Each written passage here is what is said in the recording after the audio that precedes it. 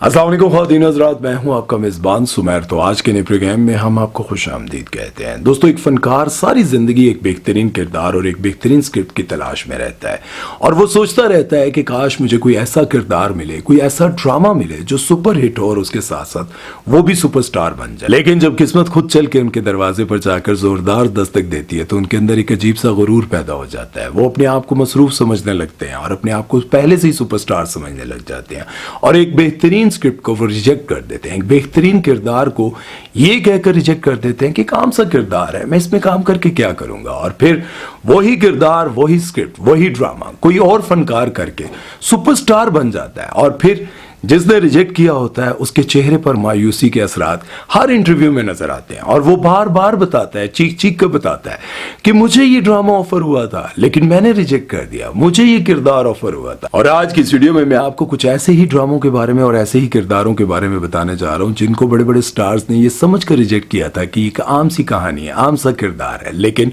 सारी जिंदगी का पछतावा उनका मुकद्दर बन गया। तो चलिए वीडियो शुरू करते हैं, लेकिन उससे पहले आप दोस्तों से गुजारिश है कि अगर अभी तक आपने हमारे चैनल को सब्सक्राइब नहीं किया तो सब्सक्राइब कर दें और बेल आइकन पर पप्पी करना मत भूलिएगा। दोस्तों, अभी रिसेंटली ड्रामा सीरियल कभी मैं कभी तुम बहुत हिट हुआ और उसने अगले पिछले न जाने कितने रिकॉर्ड तोड़े और इस ड्रामे का लोगों को बेसब्री से इंतजार भी इसलिए था क्योंकि फहद मुस्तफा कई सालों बाद किसी ड्रामे में दोबारा से काम करने लगे थे और इस ड्रामे में इनके साथ ही हानी आमिर, ये दोनों बड़े कमाल के एक्टर थे और इनकी कहानी, इनकी एक्टिंग सब कुछ लोगों को बहुत पसंद आई। लेकिन ये जानकर आप हैरान होंगे कि इस ड्रामे के प्रोड्यूसर फहद मुस्तफा थे, लेकिन वो इस ड्रामे को खुद नहीं करना चाहते थे।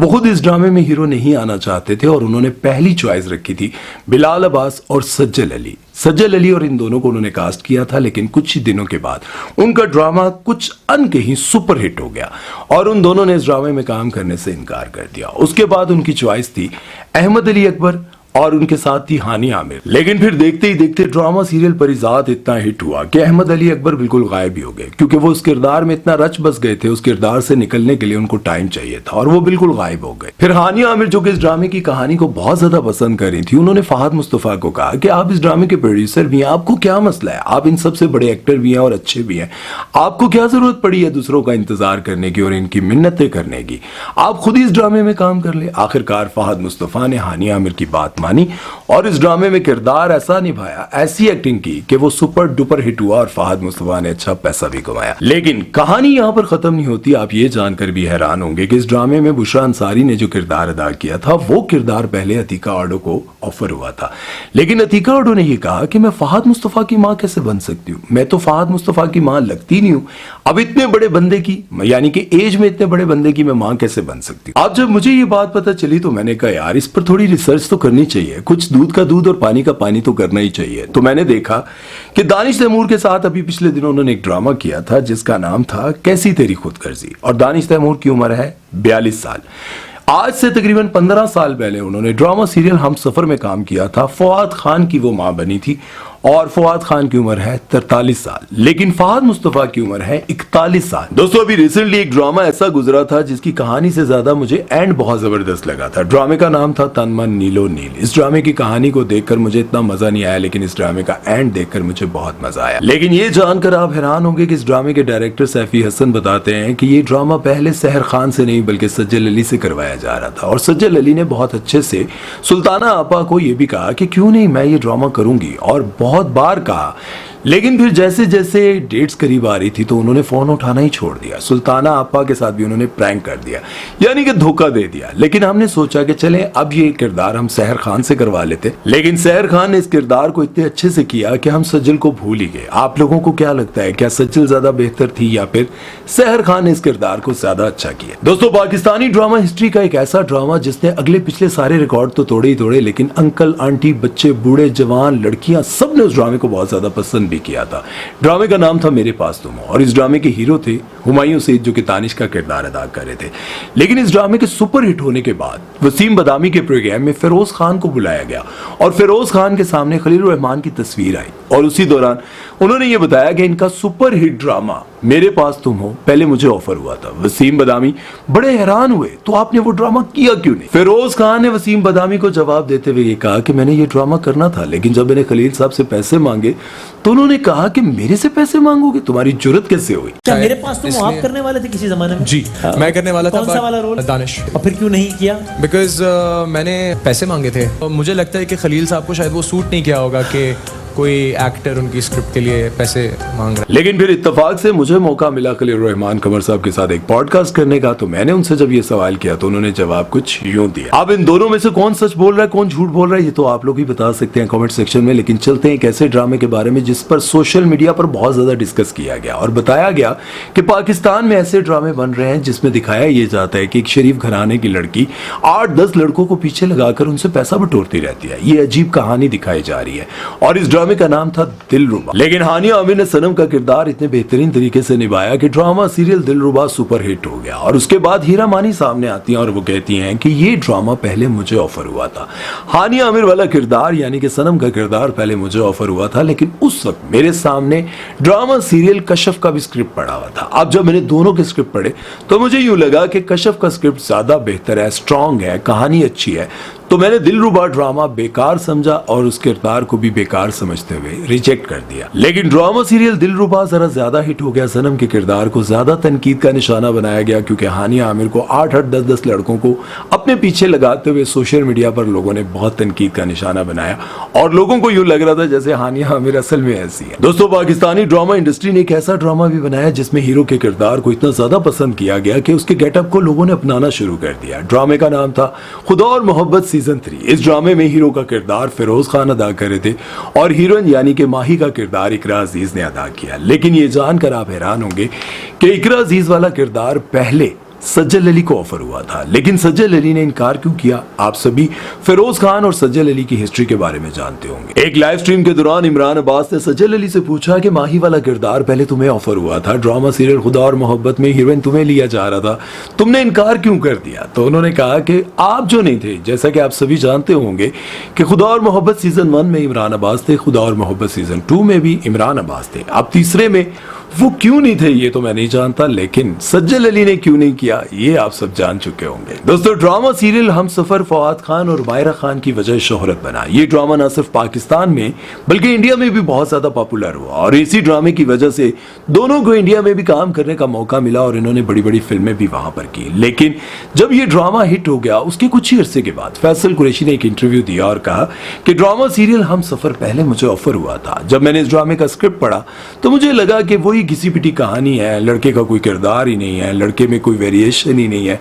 इस ड्रामे में मैं क्या करूंगा, क्योंकि मैं डिफरेंट किरदार अपनाता हूं, डिफरेंट किरदार करना चाहता हूं, मैं वो किरदार करता हूं जिसमें वेरिएशन हो। लेकिन इस किरदार को देखकर मुझे यूं लगा कि बिल्कुल बेकार सा नॉर्मल सा किरदार है। दोस्तों, पाकिस्तान के एक और एक्टर हैं जिन्होंने ड्रामों में काम करना स्टार्ट किया तो ड्रामों में कामयाबी मिली, फिल्मों में गए तो फिल्मों में कामयाबी मिली, सिंगिंग करना स्टार्ट की तो सिंगिंग में कामयाबी मिली, बहुत सारी कामयाबियां समेटी। नाम है उनका मोहसिन अब्बास हैदर। बहुत सारी कामयाबियों के बाद उन्होंने अपनी जिंदगी में पर्सनल लाइफ में बहुत सारी कंट्रोवर्सीज का भी सामना किया, बहुत हेट का भी सामना किया। लेकिन ये जानकर आप हैरान होंगे कि वो कहते हैं कि पाकिस्तान के बड़े बड़े सुपर हिट ड्रामे पहले मुझे ऑफर हुए थे।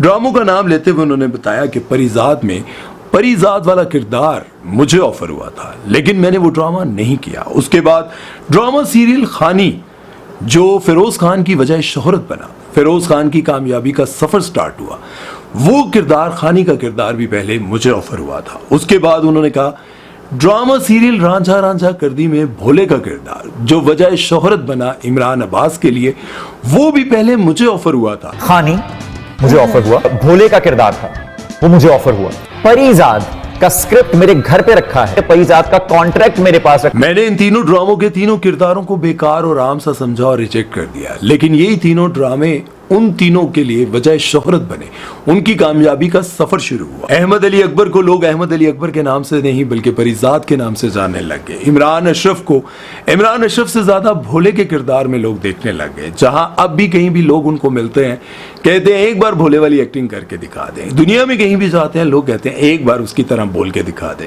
उसके बाद खानी फिरोज खान की वजह शोहरत बना। फिरोज खान का एटीट्यूड, फिरोज खान का नखरा, गुस्सा, सब कुछ उस ड्रामे से ऐसा पॉपुलर हुआ कि उसके बाद इसके अलावा उनको और कोई किरदार मिलता भी नहीं है। उससे पहले ये तीनों सिर्फ स्ट्रगल कर रहे थे, छोटे मोटे ड्रामों में काम करते थे। इतना पॉपुलर और सुपरहिट कोई बड़ा प्रोजेक्ट इन तीनों को नहीं मिलता था, ये स्ट्रगल कर रहे थे। लेकिन अब इनकी जिंदगी बिल्कुल बदल के रहेगी। दोस्तों, एक और ड्रामा जो रिसेंटली बहुत ज्यादा पॉपुलर हुआ, लोगों ने बहुत ज्यादा देखा, बहुत ज्यादा पसंद भी किया गया, मैंने भी उसके सारे एपिसोड देखे। ड्रामे का नाम था इश्क मुर्शिद। इस ड्रामे में बिलाल अब्बास ने बड़ी कमाल एक्टिंग की, लेकिन ये जानकर आपको काफी हैरानी होगी, आप सोचने पर मजबूर हो जाएंगे क्या वाकई ऐसा भी था। इस ड्रामे के राइटर अब्दुल खालिक खान बताते हैं कि इस ड्रामे की हीरो की ऑफर हमने सबसे पहले वहाज को की। वहाज का ड्रामा सीरियल तेरे बिन आया और वो हवा में उड़ने लगे। जाहिर है तेरे बिन के बाद उनके पास ऑफर्स भी ज़्यादा होंगी, डिमांड भी ज़्यादा होगी और वो पैसे भी ज़्यादा मांगते होंगे। उसके बाद इन्होंने इस ड्रामे को आहद रज़ा मीर के आगे रखा, लेकिन आहद रज़ा मीर चाहते थे कि पूरा स्क्रिप्ट मेरे सामने रखा जाए, और मेरा ख्याल है पूरा स्क्रिप्ट बहुत ज़्यादा नहीं रखा जाता। जो लोग खुद ड्रामे बनाते हो तो राइटर्स भी डरते हैं, वो मेरा ख्याल है नहीं रखते। उसके बाद ये ड्रामा अहमद अली अकबर को ऑफर किया गया, लेकिन परिजाद और उसके बाद जो है वो भी एक अलग दुनिया में बसे हुए थे, वो परिजाद के बाद कोई ड्रामा कर ही नहीं रहे थे। उसके बाद उन्होंने हमजा अली अब्बासी को ये ड्रामा ऑफर किया, लेकिन हमजा अली अब्बासी ने इस ड्रामे में, इस कहानी में कुछ खास दिलचस्पी नहीं ली। उनको लगा कि एक आम सा ड्रामा है, लेकिन बिलाल अब्बास ने कमाल किया क्योंकि उनके नसीब में लिखा था कि ये ड्रामा उनको ऑफर होगा और वो सुपरस्टार बनेंगे। पहले भी अच्छा काम करते थे, लेकिन उसके बाद तो उनकी गुड्डी ऐसी चढ़ी कि वापस लैंड ना ही नहीं ला रही। लेकिन राइटर अब्दुल खालिक खान कहते हैं कि मैंने ये किरदार हमजा अली अब्बासी को सोच कर लिखा था और मैं चाहता था कि वही ये किरदार करें, लेकिन उन्होंने नहीं किया। फर्स्ट चॉइस नहीं, थर्ड या फोर्थ ऑप्शन पे बिलाल। शामिर सिकंदर के कैरेक्टर को लेके मेरी अपनी जो पर्सनल चॉइस थी वो हमजा थे। उनको कहानी उस तरीके से समझ नहीं आई। अप्रोच हमने सबको किया। आहद ने डिमांड किया था कि पूरी स्क्रिप्ट होनी चाहिए, हमजा को करनी थी जाने जा। वाज का तेरे बिन चल रहा था। वैसे तो दोस्तों आतिफ असलम की आवाज आप लोगों को बहुत पसंद होगी, आतिफ असलम के गाने भी आप लोगों ने बहुत सुने होंगे, लेकिन आपको याद होगा कि उन्होंने एक ड्रामे में काम किया जिसका नाम था संगे मां। अब इस ड्रामे में आपने उनको देखा होगा, तब आप बड़े हैरान होंगे कि आतिफ असलम इतनी कमाल एक्टिंग भी करते हैं। लेकिन आप ये जानकर हैरान होंगे कि इस ड्रामे की पहले ऑफर इसी किरदार के लिए अली जफर को की गई, लेकिन अली जफर ने इस ड्रामे में काम करने से इनकार कर दिया। शायद वो मसरूफ थे या फिर गाना गाने में मसरूफ थे या फिर कोई सॉन्ग बनाने में मसरूफ होंगे, लेकिन उन्होंने ये ड्रामा करने से इनकार कर दिया। अब ये बताया है इस ड्रामे के राइटर मुस्तफ़ा अफरीदी और डायरेक्टर सैफी हसन ने। उन्होंने कहा कि हमारी पहली चॉइस ये थी कि हम किसी सिंगर से ये ड्रामा करवाए, और सिंगर हमारे पास दो ही थे। पहले तो मैं सोचने लगा कि यार सिंगर कौन हो सकता है, ये चाहत फतेह अली खान से तो नहीं करवाना चाह रहे थे। वैसे अगर ये चाहत फतेह अली खान से करवाते तो कैसा लगता, मजा आता है मजा आता सच में बताया। अगर यही किरदार चाहत फतेह अली खान कर रहे होते और ऐसे बोल रहे होते, हम पहाड़ों में रहने वाले लोग, हम पहाड़ों में रहने वाले लोग हैं, हम अल्लाह की मेहरबानी से यहाँ पर गाते हैं जिस तरह से ड्रामा सीरियल मेरे पास तुम हो में दानिश वाला किरदार पहले फिरोज खान को ऑफर हुआ था, बाद में हुमायूं सईद ने खुद किया, इसी तरह से इफ़त उमर के प्रोग्राम में सोनिया हुसैन बताती हैं कि पहले मैविश वाला किरदार जो कि आयजा खान ने किया था वो पहले मुझे ऑफर हुआ था, लेकिन जब मैंने ये स्क्रिप्ट पढ़ा तो मैंने कहा इतना घटिया औरत को दिखाया गया। हुमायूं सईद और अदनान सिद्दीकी, और एक्चुअली मुझे इन दोनों के साथ का प्ले ऑफर हुआ था ये मेरे पास तुम हो। मैं इस तरह का घटिया किरदार अपनी पूरी जिंदगी में कभी नहीं करूंगी। मेरे पास तुम हो, तुमने क्यों नहीं किया? मैं खवातीन को बुरा नहीं लिख सकती, इसलिए मैं एक्सेप्ट नहीं कर पा रही थी उस कैरेक्टर को इतना ज्यादा आगे जाना। लेकिन बाद में उन्होंने किया ड्रामा सीरियल मोहब्बत तुझे अलविदा। उसमें दिखाया ये जाता है कि लालची बीवी अपने शोहर को ही बेच देती है, और वो ड्रामा टोटली जो है वो कॉपी था फिल्म जुदाई की। और इसके बाद इस ड्रामे के राइटर खलील रहमान कमर की मुलाकात लाहौर में सोनिया हुसैन से होती है, तो फिर उन्होंने उनसे पूछा कि तुमने मेरे ड्रामे में काम करने से इनकार किया था। उन्होंने कहा मैंने इनकार उस वक्त किया था जब मुझे ये नहीं पता था कि इस ड्रामे में हीरो हुमायूं सईद आने वाले हैं। मुझे एक जगह लाहौर में मिली, मैंने कहा डिड यू रिफ्यूज? कहती है जो मेरे सामने मुझे जब ऑफर किया गया तो हुमायूं सईद हीरो ही नहीं था। I refused because of this. और आप ये भी जानकर हैरान होंगे कि इफ़त उमर के साथ उन्होंने ये बातें इसलिए की थी क्योंकि इफ़त उमर जो है वो खुद थोड़ी फेमिनिस्ट है, थोड़ी नहीं बहुत ज्यादा फेमिनिस्ट है, और उनको ये किरदार और इस तरह की बातें जहां पर औरत को बुरा दिखाया जाता है वो बिल्कुल बाइकआउट करती हैं और ये यकीनन इन दोनों की खिटमिट हुई होगी पहले इंटरव्यू से पहले, और वो भी यकीनन खलील रहमान कमर के खिलाफ है। और आप सबको पता है खलील रहमान कमर के खिलाफ इसलिए है क्योंकि वो कहते हैं ये 35-36 औरतें हमारे मुल्क की औरतों को बर्बाद करना चाहती हैं और वो फेमिनिस्ट के बहुत ज्यादा खिलाफ हैं। आप सबको ये बातें बहुत अच्छे से पता है। बहरहाल सोनिया हुसैन के बारे में उन्होंने ये कहा कि सोनिया को मैं कभी भी कास्ट ना करता क्योंकि उसका वो कैलिबर ही नहीं है, वो उस कैलिबर की एक्ट्रेस ही नहीं है कि वो मेरे ड्रामे में भी काम कर सके। अभी उनको बहुत कुछ सीखना है। और ये भी जानकर आप हैरान होंगे कि उन्होंने ये भी कहा था कि मेरे ड्रामे में सबसे पहली ऑफर ही हुमायूं सईद था और हुमायूं सईद से मैं नाराज भी हुआ था कि तुमने मुझसे वादा किया था कि ये किरदार तुम खुद निभाओगे, और जब मैं नाराज हुआ तो हुमायूं सईद ने कहा कि आप नाराज हो, मैं खुद ही कर लेता हूं। अब ये सारे के सारे ड्रामे, ये सारी चीजें आपको बताने का मकसद ये नहीं है। लोग हमेशा जो है ना ये कह देते हैं कि ऐसी कामयाबी, ये चीज़ें हमें नहीं चाहिए, फलां नहीं चाहिए, अल्लाह ऐसी कामयाबी से दूर रखे।